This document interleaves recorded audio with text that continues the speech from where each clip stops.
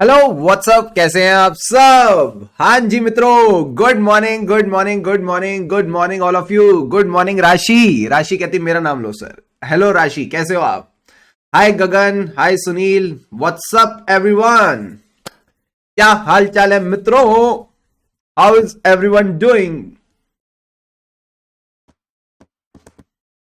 Is the audio video all good, बता दीजिए जी। क्या ऑडियो और वीडियो एकदम प्रॉपरली आप तक पहुंच रही है। आप कैसे हो सर। मैं भी एकदम बढ़िया, आप बढ़िया, मैं बढ़िया, हम सब बढ़िया। ऑल गुड है सर, ऑल गुड है, ऑल गुड है, ऑल गुड है। तो मित्रों, आई होप आपने जो भी हमने कल डिस्कस किया एकदम बढ़िया तरीके से रिवाइज किया। हाँ सर किया। तो सारे बच्चे आ जाओ मेरे साथ, let's start with a quick revision of what we covered yesterday. सबसे पहले सर हमने एक टॉपिक के साथ शुरुआत की थी जिसका नाम क्या था, sample design, size and selection. एक एक पॉइंट को पकड़ा और उसको खोलना शुरू किया। सबसे पहले क्या स्टार्ट किया था, सैंपल डिजाइन। जैसे ही मैं बोलता हूं सैंपल डिजाइन करना है तो मुझे बताओ आप अपना सैंपल किसके हिसाब से डिजाइन करोगे। सर कहीं ना कहीं हमें अपना पर्पस पता होना चाहिए। जैसा हमारा पर्पस होगा उसी हिसाब से हम प्रोसीजर करेंगे, उसी हिसाब से एविडेंस मिलेगा। मैंने कहा वेरी गुड। तो अगर हमारा टेस्ट ऑफ डिटेल्स हमको करनी है, एंड टेस्ट ऑफ डिटेल्स हम क्यों करना चाहते हैं, to check the existence of data. क्या यही एग्जांपल हमने कर लिया था। हाँ सर। अगर आपको एग्जिस्टेंस ऑफ डेटर चेक करनी है तो मेरे दोस्त आप कौन सा प्रोसीजर करोगे। सर हम एक्सटर्नल कंफर्मेशन का प्रोसीजर कर सकते हैं। तो कौन सा एविडेंस मिलेगा, एक्सटर्नल कंफर्मेशन का एविडेंस मिलेगा। अब जब आपको ऑडिट एविडेंस मिले तो आपको यह समझदारी भी होनी चाहिए, you should have this understanding also, what is a misstatement and what is not a misstatement। For example, अगर आपके क्लाइंट की जो बुक्स है और जो डेटर की कंफर्मेशन है ये मैच नहीं कर रही, एंड उसका जो रीजन है ये प्रॉपर रीजन है। फॉर एग्जांपल 10,000 का बैलेंस मेरे क्लाइंट की बुक्स में था, जो बैलेंस कंफर्म हुआ वो 8,000 का था। तो सर ये 2,000 का डिफरेंस क्यों था, क्योंकि जो आपका डेटर है उसने तो पेमेंट कर दी थी बट क्लाइंट को मिली नहीं। डेटर ने पेमेंट कर दी थी बट क्लाइंट को मिली नहीं। तो अगर ऐसा कोई रीजन है, this is not a misstatement. Yes और नो। Yes sir. इसी तरह हमने एक और अजीब सा एग्जांपल डिस्कस किया था। सर इसमें क्या था, जो सेल्स मैंने ए को करी मैंने बी की बुक्स में रिकॉर्ड कर दी। तो इससे क्या होगा, जो मेरा ओवरऑल डेटर का बैलेंस है ना वो तो अफेक्ट नहीं होगा। क्यों, क्योंकि डेटर में तो दोनों ही आते हैं, ए भी आता बी भी आता। ए की जगह बी में डाल दिया तो फर्क नहीं पड़ेगा। बट एक बात बताओ, कौन सी ऐसी दो चीजें जिस पे अब आप फोकस करके चल सकते हो। Sir it may have other effects. Other effects क्या थे, फ्रॉड के ऊपर and provision for doubtful dates. बस इतनी सी बात आपने ध्यान में रख के चलनी थी। फिर इसके बाद मैंने आपको बताया था, सर क्या, पहले एक बार तीनों पॉइंट्स देख लेते हैं। तो जब भी सैंपल डिजाइन का क्वेश्चन आएगा आपने तीन बातों के बारे में बात करनी है। सबसे पहले तो पर्पस, ठीक है, what is the purpose for which the audit procedures are perform. उस ऑडिट प्रोसीजर को परफॉर्म करके क्या मिलेगा, ऑडिट एविडेंस। तो आपने देखना है nature of the audit evidence, plus आपको पता होना चाहिए क्या मिसस्टेटमेंट है क्या मिसस्टेटमेंट नहीं। एंड लास्ट पॉइंट जो सब बच्चे भूल जाएंगे, बताओ क्या, कंप्लीटनेस। तो आपने वो कंप्लीटनेस वाला पॉइंट बस ध्यान रखना है, purpose, nature of evidence, completeness. Come on, purpose, nature of evidence, completeness. Last time purpose, nature of evidence and completeness. Example वही है जो हमने डिस्कस किया था। क्लियर है, क्लियर है सर। फिर हम आए नेक्स्ट टॉपिक पे, that is stratification and value weighted selection. Sir stratification और वैल्यू वेटेड सिलेक्शन में हमें किस चीज का ध्यान रखना है। मैंने कहा दोनों ही सैंपल डिजाइन करने के तरीके हैं। स्ट्रेटिफिकेशन में आप सैंपल को कैसे डिजाइन करते हो, सर पूरी पॉपुलेशन उठा लेते हैं, ठीक है, क्योंकि ये पॉपुलेशन डाइवर्स है। मैं बता रहा हूं स्ट्रेटिफिकेशन क्यों करते हैं, क्योंकि पूरी पॉपुलेशन डाइवर्स है। जब ये डाइवर्स पॉपुलेशन को आपको सब पॉपुलेशन में बांटना है, छोटे छोटे टुकड़ों में बांटना है, छोटी छोटी सब पॉपुलेशन में बांटना है, तो इसको क्या कहते हैं, इसी को कहते हैं स्ट्रेटिफिकेशन। इसी को क्या कहते हैं, स्ट्रेटिफिकेशन। तो हमने क्या एग्जाम्पल देखा था, सारे बच्चे जल्दी से बताओ। सर हमने कहा था ये जो स्ट्रेटिफिकेशन है, सबसे पहले तो आपने हमने क्या सीखा था, इधर आओ। सबसे पहले हमने ये सीखा था स्ट्रेटिफिकेशन होती क्या है। तो ये कहता है एफिशिएंसी कैन बी इंप्रूव्ड अगर आप एक डाइवर्स पॉपुलेशन को स्मॉल सब ग्रुप्स में बांट दो, ठीक है। आप स्ट्रेटिफाई कर दो पॉपुलेशन को बाय डिवाइडिंग इनटू सब पॉपुलेशन। अब किसी बच्चे ने पूछा व्हाट, तो समझ आ गया हम ऐसा कर क्यों रहे हैं, तो कहीं ना कहीं जो पॉपुलेशन में वेरिएशन है उसको कम करेंगे।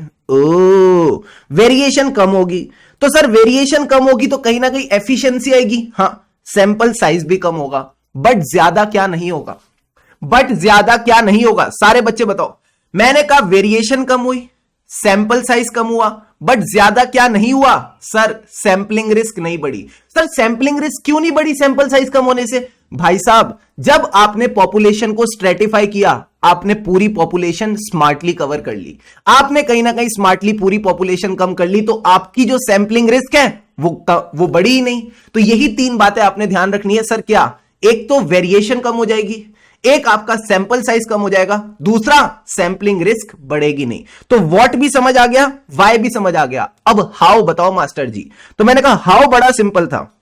अगर आपकी डेटर्स की पॉपुलेशन है, मान लो, आप इसको स्ट्रेटिफाई कर सकते हो मॉनेटरी वैल्यूज के बेसिस पे या फिर रिस्क ऑफ मटेरियल मिसस्टेटमेंट के बेसिस पे। मतलब मॉनेटरी वैल्यू का मतलब है जो डेटर ग्रेटर देन 10 लाख है उसको 100% चेक कर लो, जो 7.5 लाख से 10 लाख है उसको 75% चेक कर लो। यानी based on the stratas you can do the checking. ओ एंड सर एक बात बताओ, सपोज मुझे provision for doubtful debts check करना है, तो आप कहीं ना कहीं रिस्क ऑफ मटेरियल मिसस्टेटमेंट के बेसिस पे कर सकते हो। यानी जो डेटर्स की एजिंग्स है ना, जो एजिंग वाले ब्रैकेट्स हैं, उस हिसाब से आप चेकिंग कर सकते हो। तो यही बात आईसीआई ने भी लिख रखी है, जब आप टेस्ट ऑफ डिटेल्स करते हो तो आप उसको स्ट्रेटिफाई कर सकते हो बाय मॉनेटरी वैल्यू, ताकि आपका ग्रेटर अटेंशन, ज्यादा चेकिंग हाई वैल्यू आइटम्स की हो। ठीक है सर। दूसरी चीज कह रहा है आप particular characteristic that is a higher रोमम के हिसाब से कर सकते हो। For example testing the provision for doubtful debts. क्या इतनी बातें क्लियर थी? हां सर। इसके बाद मैंने आपको पढ़ाया value weighted selection. Value weighted selection में जो हमारे सैंपल आइटम्स होते हैं वो क्या होते हैं? मॉनेटरी अमाउंट्स होती हैं। वो कहीं ना कहीं मॉनेटरी अमाउंट्स होती है, तो it is efficient to identify the sampling units as individual monetary units. सारे बच्चे बताओ मैं कौन से मॉनेटरी यूनिट सेलेक्ट करूं? सर वो मॉनेटरी यूनिट सेलेक्ट करो जिनमें वो मॉनेटरी आइटम्स हैं। क्या सर? उन मॉनेटरी यूनिट्स को सेलेक्ट करो जिनमें वो मॉनेटरी यूनिट्स हैं। इसका क्या मतलब था? हमने उन सैंपल को सिलेक्ट किया, हमने उन सैंपल्स को सिलेक्ट किया जिसमें 5 लाख वाली अमाउंट थी, जिसमें 5 लाख वाला मॉनेटरी यूनिट था। यस और नो? Yes sir. अब सर एक बात बताओ, हमने सैंपलिंग यूनिट्स को आइडेंटिफाई किया as individual monetary units, and ऐसा क्यों किया? अगेन ताकि हमारा जो ऑडिट एफर्ट है वो हाई वैल्यू आइटम्स की तरफ जाए। क्लियर है? क्लियर है सर। अब ये बातों के साथ हम एकदम फेमिलियर हो गए हैं। अब सैंपल डिजाइन तो हो गया। सैंपल डिजाइन कैसे करना था? मैंने कहा characteristics of population and purpose को ध्यान में रखते हुए। सैंपल साइज कितना होना चाहिए? सर सैंपल साइज इतना होना चाहिए कि sampling risk is reduced to an acceptably low level. आपको अपना सैंपलिंग रिस्क को एक्सेप्टेबली लो लेवल पे लाना है, इतना सैंपल साइज करो। फिर हमने ये डिस्कशन की थी, I hope this discussion was clear. आपने भी इस चीज को इसी तरह से करके चलना है। फिर आता है सर अगला सवाल, extent of checking on a sampling plan. कितनी चेकिंग करनी है? इसको हमने कैसे किया था? 3 ऑर्गेनाइजेशन वाले फैक्टर्स या क्लाइंट वाले फैक्टर्स, 2 हमारे फैक्टर। क्लाइंट वाले फैक्टर्स क्या थे? Sir size of the company, जो एंटिटी को आप ऑडिट करे उसका साइज क्या है, ठीक है, उस एंटिटी के इंटरनल कंट्रोल्स कैसे हैं, प्लस इंटरनल कंट्रोल्स जैसे भी होंगे वैसे ही बुक्स एंड रिकॉर्ड्स होंगे। तो बस आपने 3 चीजें ध्यान रखनी है, size of the organization, internal controls, books and records. अब हमारा क्या देखना है एज ऑडिटर? आपकी टॉलरेंस, आपका कॉन्फिडेंस। कम ऑन, आपकी टॉलरेंस, आपका कॉन्फिडेंस, यानी आप कितना एरर टॉलरेट कर सकते हो, plus What is your desired level of confidence? अगर आपका डिजायर्ड लेवल ऑफ कॉन्फिडेंस ज्यादा है, यानी आपको अश्योरेंस ज्यादा चाहिए, तो आपको टेस्टिंग भी ज्यादा करनी पड़ेगी। क्लियर है? क्लियर है सर। फिर हमने ये सैंपल सिलेक्शन मेथड डिस्कस अभी तक नहीं किए थे, this we would cover in today's class. Then we move to what? Then we move to performing the audit procedure. ये टॉपिक देखते ही दिमाग में क्या आता है? सारे बच्चे पानी के 2 घूंट लगाओ और बताओ मुझे।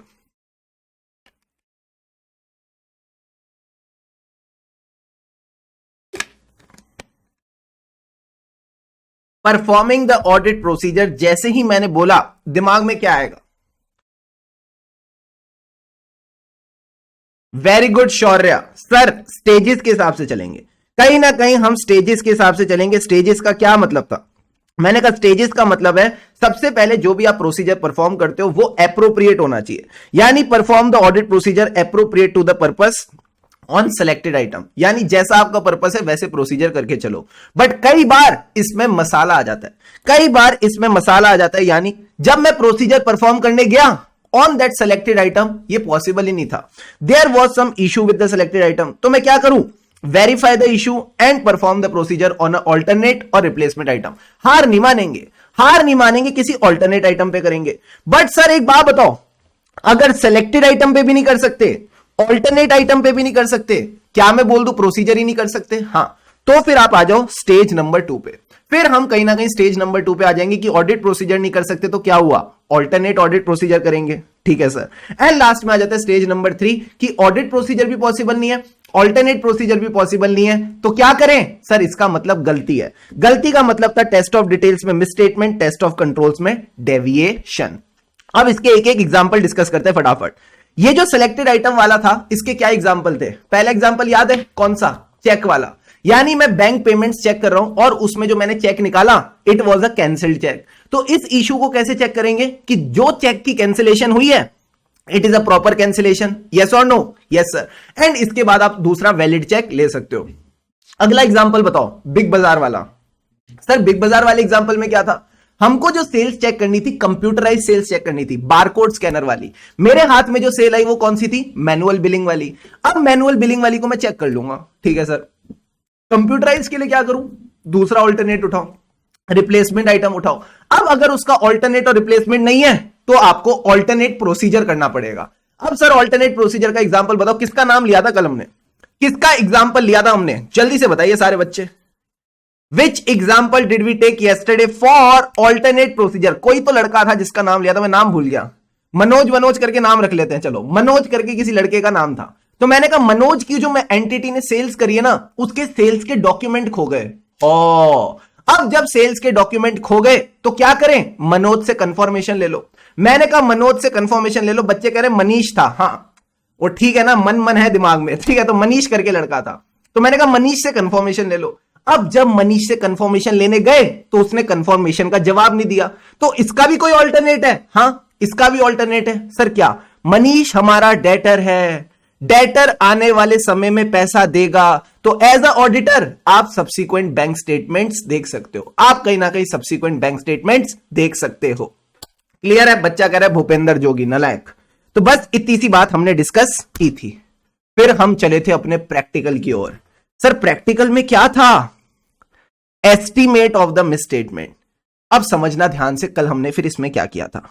हमने कुछ नहीं किया, जो हमारे डेटर्स थे उसमें हमने टेस्टिंग शुरू करी। पहला डेटर ठीक निकला, बाकी दो में गड़बड़। अच्छा, जब भी आपको मिसस्टेटमेंट मिलती है क्या आप उसको एनालाइज करोगे या छोड़ दोगे? सर एनालाइज करेंगे। हम उसके जो रीजंस हैं उसको एनालाइज करेंगे। What is the nature of the misstatement, what is the cause of the misstatement. हम उसकी नेचर एंड कॉज को एनालाइज करेंगे। यस और नो? Yes sir. जब मैंने 10 लाख रुपए वाली मिसस्टेटमेंट को चेक किया तो क्या पता चला?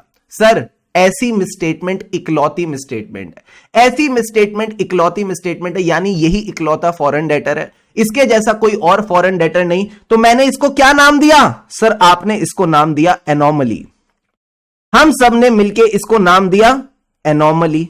ओ, एनोमली का क्या मतलब है? जब मैं प्रोजेक्ट करूंगा, जब मैं मिसस्टेटमेंट्स को प्रोजेक्ट करूंगा तो एनोमली को अलग रखूंगा। दूसरी वाली जो गलती थी 5 लाख रुपए वाली, इसमें क्या था?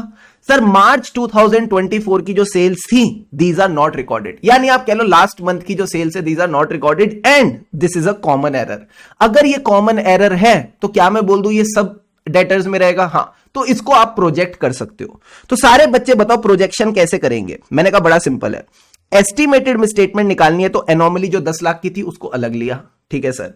अब प्रोजेक्शन कैसे करी? 5 लाख की गलती थी, डिवाइडेड बाय कितनी चेकिंग करी? सर चेकिंग तो हमने 45 लाख की थी, बट बाबू 45 लाख में से 10 लाख तो तुम वैसे ही अलग ले चुके हो ना, तो सिर्फ 35 लाख लो। सो 5 lakh divided by 35 lakh into 40 lakh. Sir अभी हमने पूरी पॉपुलेशन 50 लाख क्यों नहीं ली? अरे 10 लाख अलग ले लिया ना, तो वहां पे भी 40 लाख ही लेंगे। सो 5 lakh divided by 35 lakh into 40 lakh, इस तरह से हमारी प्रोजेक्टेड मिसस्टेटमेंट आ गई। उसमें हमने एनोमली को ऐड किया तो एस्टिमेटेड मिसस्टेटमेंट निकल के आ गई। तो फिर कहीं ना कहीं हमारे पास एस्टिमेटेड मिसस्टेटमेंट निकल के आई। फिर मैंने आपके साथ डिस्कस करे केस नंबर 1 और केस नंबर 2 एंड इससे हमने क्लास एंड करी। सर केस नंबर 1 क्या था? जो हमारी टॉलरेबल मिसस्टेटमेंट है, जितना एज अ ऑडिटर मैं टॉलरेट कर सकता हूं वो 10 लाख है। अब सर एक्चुअल मिसस्टेटमेंट, एक्चुअल नहीं सॉरी, एस्टिमेटेड मिसस्टेटमेंट तो 15,71,000 है। क्या ये मेरी टॉलरेंस के ऊपर चली गई? हाँ। सारे बच्चे बताओ एज अ ऑडिटर मुझे कंफर्ट आएगा? नहीं सर, आपको कोई कंफर्ट नहीं आएगा। तो मैंने इसी पॉइंट को क्या बोला? Reasonable basis for conclusion not reached. मुझे रीजनेबल बेसिस फॉर कंक्लूजन नहीं मिला, ठीक है सर। केस नंबर 2 क्या था? जो टॉलरेबल मिसस्टेटमेंट है वो 30 लैक्स है।